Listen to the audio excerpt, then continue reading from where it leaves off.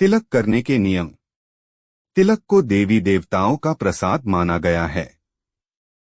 तिलक लगाने के नियम की बात करें तो इसका सीधा संबंध हाथ की उंगलियों से होता है।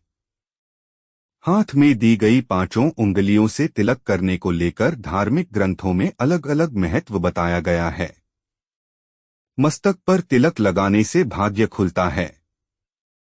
मानसिक एकाग्रता को बढ़ाने के लिए कुमकुम चावल के अलावा चंदन का प्रयोग तिलक लगाने में किया जाता है। लेकिन किस उंगली से तिलक करने का क्या महत्व है, उसका उल्लेख स्कंद पुराण में दिया गया है। कनिष्ठा उंगली।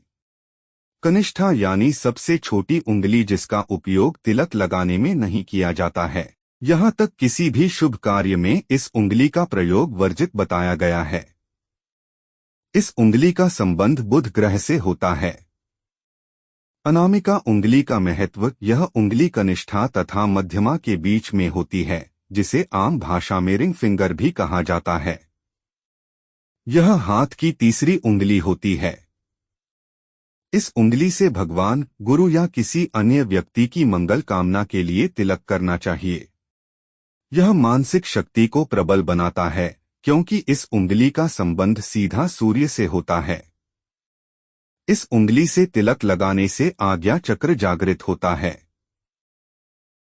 मध्यमा उंगली से तिलक। मध्यमा उंगली हाथ की सबसे बड़ी उंगली होती है। इस उंगली का संबंध शनि ग्रह से बताया गया है। शास्त्रों के अनुसार मध्यमा उंगली का प्रयोग खुद को तिलक लगाने के लिए करना चाहिए।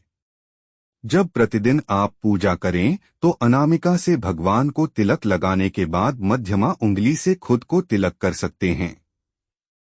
तर्जनी अंगुली से तिलक लगाना। यह अंगूठे और मध्यमा उंगली के बीच की उंगली होती है।